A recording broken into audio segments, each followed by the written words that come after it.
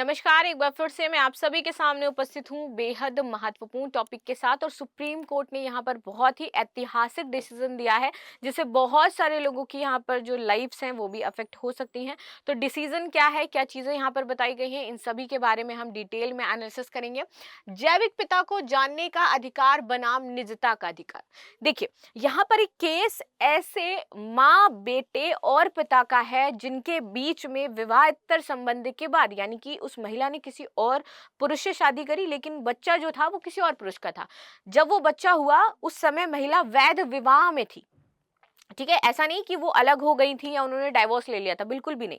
यानी कि वो नाजायज बच्चा, यदि मैं ऐसे आपको सिंपल लैंग्वेज में समझाना चाहूँ तो ये बात होगी कि वो बच्चा नाजायज था, लेकिन वो वैध विवाह में थी। पता जो जो उस जिसके साथ वो शादी उन्होंने करी थी, लड़का उनका नहीं था, किसी तीसरे जो व्यक्ति था उसका लड़का था। अब बाद में जो बच्चा है, जब वो बड़ा होता है, 14 साल का होता है, वो कोर्ट में जाकर के एक पिटीशन दायर करता है। उसका कहना है कि मैं शारीरिक तौर पर स्वस्थ नहीं रहता हूँ, मेरी बहुत सारी सर्जरी हुई है, तो उसके लिए मुझे जो पैसा है वो मेरे जैविक पिता से चाहिए। जैविक पिता कौन हुआ? तो उसके लिए उसने कहा कि मैं डीएनए टेस्ट करवाना चाहता हूं इनका। लेकिन यहां पर अगर डीएनए टेस्ट की अनुमति गवर्नमेंट देती है, यानी कि कोर्ट देती है, तो निजता के अधिकार का उल्लंघन हो रहा है। लेकिन यहाँ पर यह भी है कि उस बच्चे को अपने जैविक पिता के बारे में जानने का भी अधिकार है। तो यहाँ पर दो अधिकार हैं। अब दोनों अधिकारों में से कौन से अधिकार को सुप्रीम कोर्ट ने सुपेरिटी दी है, इसके बारे में बात करेंगे। एक अधिकार की मुझे अधिकार है कि मेरे रियल माता पिता कौन है, जैविक माता पिता कौन है, वो मुझे पता होना चाहिए और उनसे हम भरण पोषण मांगना चाहते हैं। और दूसरा अधिकार ये है उस पिता का कि भैया मेरी निजता का यहाँ पर उल्लंघन हो रहा है। अगर आप डीएनए टेस्ट करवा लेते हो तो उससे और भी ज्यादा चीजें क्रिएट हो सकती हैं। तो इन दोनों में ही यहाँ पर आपका पक्ष विपक्ष चला, इन दोनों में ही कार्रवाई चली और फाइनली यहाँ पर कोर्ट ने क्या कहा है, इस मुद्दे पर हम डिस्कशन करेंगे। लेकिन आपकी क्या राय हो जाती है इस मामले पर, क्योंकि मामला पूरा देखना बहुत ही पेचीदा केस हो जाता है। इसको पूरा सुनना, पूरा देखना, फिर आपकी क्या राय है वो मुझे जरूर बताना। तो वीडियो कर लेते हैं शुरू। मेरा नाम है प्राची मिश्रा और संस्कृति आज के इस प्लेटफॉर्म पर आप सभी का बहुत बहुत स्वागत है। इससे पहले आपके लिए एक सूचना भी है कि लाइव कोर्सेज में जो भी बच्चे चाहते थे मुझे डिस्काउंट दिया जाए, तो फाइनली इज द टाइम कि 50% ऑफ आपको गणतंत्र दिवस के ऑफर में मिल रहा है। और यहाँ पर आप लाइव इंटरेक्शन कर सकते हो, टीचर से लाइव क्लासेस होंगी, नीचे आप चैट कर सकते हो, अपने क्वेश्चन भेज सकते हो। तो यूपीएससी जीएस मात्र 55,000 में मिल रहा है। यूपीएससी जीएस प्लस सीसेट मात्र आपको 60,000 में दिया जा रहा है। अगर आपको रिकॉर्डेड क्लासेस चाहिए तो मात्र 50,000 में मिल जाएगा। इस कोर्स के थ्रू आप लेते हो, चाहे ये कोर्स आपका लेते हो लाइव एंड रिकॉर्डेड, दोनों में ही आपको सांस्कृतिक मासिक मैगजीन दी जाएगी, नियमित क्लास टेस्ट होंगे, आपके विषयवार आपको प्रिंटेड नोट्स आपके घर पहुंचाए जाएंगे, मासिक मैगजीन भी आपके घर पहुंचाई जाएगी। और ये कोर्स आपको 3 साल के लिए दिया जाएगा। 3 साल आप इसे असीमित बार देख सकते हो। ठीक है, चलिए आ जाते हैं न्यूज पर। न्यूज जैसे मैंने बताया बड़ी इंटरेस्टिंग है और बड़ा पेचीदा केस हो जाता है। यहाँ पर देखो, न्यायमूर्ति हैं सूर्यकांत और न्यायमूर्ति हैं उज्जवल भुयान। इनकी पीठ ने 2 दशक पुराने मामले की सुनवाई करी। इस सुनवाई में जिसमें 23 वर्षीय व्यक्ति ने दावा किया कि उसका जो जन्म है उसकी मां के विवाहेतर संबंध का परिणाम था। अब वो लड़का 23 साल का हो गया है और जब पिटीशन दायर हुई थी तब 14 साल का था वो। ठीक है, और वे डीएनए परीक्षण के माध्यम से अपने जैविक पिता की पहचान करना चाहता है। उसने ये पिटीशन दायर करी थी कि मुझे डीएनए टेस्ट करवाना है उस व्यक्ति का जिससे मैं जन्मा हूं और ये मेरे पास अधिकार है क्योंकि मैं ऐसा कर सकता हूं, इसलिए वो कोर्ट के पास गया। ठीक है, तो मामला अभी इतना समझो कि ये वाला था। अब आगे आ जाते हैं पूरा। तो ये जो 23 वर्षीय व्यक्ति है, इनकी मां की शादी हुई थी 1989 में। ठीक है, 1991 में इनको पहला बच्चा होता है जो कि है बेटी, और 2001 में बेटे का जन्म होता है। और ये जो जन्म बेटे का हुआ है वो इनके रियल हस्बैंड से नहीं हुआ, किसी तीसरे पर्सन से हुआ। अब आते हैं विवाह के बाद का घटनाक्रम। जब ये सारी चीजें हुई 2001 में वो बच्चा लड़का जो था उसका जन्म होता है। 2003 में वो महिला सेपरेट हो जाती है, अपने पति से अलग रहने लगती है और 2006 में उनके बीच में तलाक हो जाता है। यानी कि उस बच्चे के बाद, उनकी वैध शादी के बाद उसकी शादी टूटी है। ठीक, चलो आगे बात करते हैं। बच्चे के जन्म रिकॉर्ड में ये बदलाव करवाना चाहती थी अब। ठीक है, तो महिला ने कोचीन नगर निगम में अपने बेटे के पिता का नाम बदलने के लिए संपर्क किया कि जो रियल में फादर है, यानी कि जो जैविक पिता है, उसका नाम हम सर्टिफिकेट में डलवाएंगे।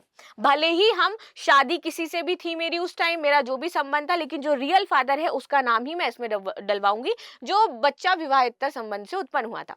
अदालत में इसको लेकर के लंबी लड़ाई चलती है। अधिकारियों ने बिना अदालत के आदेश से जन्म रिकॉर्ड में बदलाव करने से मना कर दिया। उन्होंने बोला अगर आपको ये रिकॉर्ड चेंज करवाना है तो कोर्ट जाना पड़ेगा और कोर्ट आदेश देगा, तब हम आपका ये जो चेंजमेंट है वो करेंगे। तो माँ और बेटे कानूनी लड़ाई में लग जाते हैं। 2007 में अदालत का एक आदेश आता है। अदालत ने जैविक पिता को डीएनए परीक्षण से गुजरने का आदेश दे दिया। उन्होंने बोला ठीक है, अगर आप चाहते हो डीएनए परीक्षण हो और प्रूफ करना है और नाम चेंज करना है तो उस व्यक्ति का डीएनए परीक्षण करवाओ। वहां पर वो व्यक्ति डीएनए परीक्षण के लिए जाता है।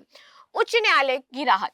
वर्ष 2008 में उच्च न्यायालय ने पितृत्व परीक्षण का आदेश देने की चुनौती दी और कहा कि ये केवल तभी किया जा सकता है जब पति पत्नी के बीच गैर पहुंच साबित हो। ठीक है, यानी कि दोनों के बीच में आपसी अनबन चल रही है, दोनों ही साथ में नहीं रह रहे होते उस टाइम, तब ऐसा किया जा सकता था।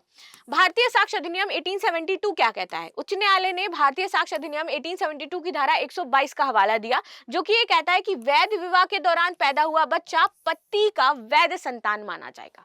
उन्होंने बोला चाहे तीसरे व्यक्ति से ही ये बच्चा पैदा क्यों ना हुआ है, लेकिन उस टाइम इनका विवाह वैध था कानूनी रूप से, तो इसके जो पिता माने जाएंगे वही माने जाएंगे जिनके साथ शादी हुई थी। अभी थोड़ा सा सर चकरा रहा होगा ना कि क्या चल रहा है ये। ठीक है, जब मैं इस केस को पढ़ रही थी तो मेरा भी सेम ऐसे ही सर चकरा रहा था। तो कोर्ट ने बोला तीसरा इंसान कोई भी हो, डीएनए टेस्ट तो आपका, क्योंकि उच्च न्यायालय जो था उसने स्टे लगा दिया कि नहीं करवाना है, वही पिता माने जाएंगे जो जिनके साथ उस टाइम शादी में रह रही थी और जब ये बच्चा पैदा हुआ था और जिन्होंने इस बच्चे को 3-4 साल रखा है, तो वही इसके फादर हैं। अब आते हैं निचली अदालत का जो निर्णय था उसको चुनौती दी गई थी उच्च न्यायालय में जाकर के, जो निचली अदालत ने कहा था कि ठीक है डीएनए टेस्ट करवा लो। निचली अदालत ने कहा कि दोनों पक्षों को डीएनए परीक्षण के भेजने की आवश्यकता नहीं है, क्योंकि बच्चे का जन्म माँ और उसके पिता के वैध विवाह के दौरान हुआ था, तो इसलिए अब डीएनए टेस्ट हमें नहीं करवाना पड़ेगा। भरण पोषण याचिका का ये मामला था। वो चाहते थे कि जो बच्चा था 14 साल का, जिसको बहुत सारी समस्याएं थी, सर्जरी होनी थी, तो उसका भरण पोषण जो जैविक पिता है वो दे, ना कि वो पिता जिसके साथ उसकी माँ की शादी हुई थी और बाद में तलाक वलाक हो गया, बाद में वो अलग हो गए। तो वो चाहते थे जो रियल फादर है इसका, वो उस बच्चे के भरण पोषण के लिए पैसा दे, उस बच्चे के स्वास्थ्य के लिए वो पैसा दे। 2015 में 14 वर्षीय बेटे ने एक पारिवारिक न्यायालय में पुरानी भरण पोषण याचिका को पुनर्जीवित करने वाली याचिका दायर की। उसने कहा कि भाई वो कई सौ समस्याओं से जूझ रहा है, उसे पैसा चाहिए। भरण पोषण की मांग। बेटे ने यह भी बताया कि उसे अपने जैविक पिता से चिकित्सा और शैक्षणिक खर्च लेने का या कोई भरण पोषण का जो अधिकार है वो नहीं मिल रहा है। किससे? जैविक पिता, याद रखना। ठीक है, आगे आ जाते हैं। न्यायालय का निर्णय। न्यायालय ने भरण पोषण याचिका को पुनर्जीवित कर दिया और कथित जैविक पिता ने इस आदेश को उच्च न्यायालय में चुनौती दे दी, क्योंकि न्यायालय ने क्या बोल दिया था निचली अदालत ने कि ठीक है आपके जो जैविक पिता हैं वो आपको भरण पोषण देंगे, लेकिन जो जैविक पिता थे वो मुकर गए, वो चले गए उच्च न्यायालय कि हम भरण पोषण नहीं देंगे। उच्च न्यायालय का फैसला 2018 में अब आता है। उच्च न्यायालय ने बेटे के पक्ष में फैसला सुनाया। कोर्ट ने कहा कि बच्चे के जैविक पिता से भरण पोषण पाने का अधिकार जन्म की वैधता पर निर्भर करता है और आपको ये देना पड़ेगा। तो अब अगर जैविक पिता जिससे जन्म हुआ है, ठीक है, तो वही उनके भरण पोषण का अधिकारी होगा। ये किसने कह दिया? उच्च न्यायालय ने कह दिया और बोला कि आपको पैसे देने पड़ेंगे। सर्वोच्च न्यायालय में वो चले गए अब इस चीज को चुनौती देने के लिए कि उच्च न्यायालय ने बोला कि मुझे पैसा देने पड़ेगा, तो मामला कहां पहुंचता है? सर्वोच्च न्यायालय पहुंचता है। कथित जो जैविक पिता है इन्होंने उच्च न्यायालय के फैसले को चुनौती दी। कथित जैविक पिता का तर्क क्या था? रोमी चाको जो कथित जैविक पिता की ओर से पेश हुए, इन्होंने कहा कि बेटा ये साबित करने में असमर्थ है कि उसकी मां और उसके पिता के बीच गैर पहुंच थी। गैर पहुंच का मतलब ये कि जो उसकी रियल मां है और उसका जो पिता है उस टाइम, मतलब जैविक पिता नहीं जिनके साथ शादी हुई थी, उन दोनों के बीच में कोई भी सेक्सुअल इंटरकोर्स तब उस दौरान नहीं हुआ। तो इससे ये साबित नहीं हो जाता है कि वो जो बच्चा है वो मेरा ही है। क्या पता वो बच्चा उस व्यक्ति का हो, है तो दोनों के बीच में सेक्सुअल इंटरकोर्स तो तब भी हो रहा था। तो ये आप साबित करने में असमर्थ रहे हो कि मेरी माँ, मतलब जो दूसरा फादर है और जो माँ है उनके बीच में कोई संबंध नहीं था। इसीलिए ये स्पष्ट प्रमाण नहीं है कि वे वैध विवाह से उत्पन्न हुआ बच्चा है। ठीक है, उन्होंने ये भी तर्क दिया इसीलिए बेटा तीसरे पक्ष से भरण पोषण का दावा नहीं कर सकता है। चाको ने यह भी कहा कि मुवक्किल को डीएनए परीक्षण करने का आदेश नहीं दिया जा सकता है क्योंकि इससे उसकी निजता का जो अधिकार है उसका उल्लंघन हो रहा है। तो यहाँ पर किस अधिकार को सुपीरियरिटी दी गई है? निजता के अधिकार को सुप्रीम कोर्ट ने सुपीरियरिटी दी कि भैया किसी का निजता के अधिकार का उल्लंघन नहीं होना चाहिए। बेटे के वकील का क्या तर्क था? बेटे के वकील हैं श्याम पद्मनाभन। इन्होंने जवाब दिया कि पितृत्व और वैधता अलग अलग अवधारणाएं हो जाती हैं।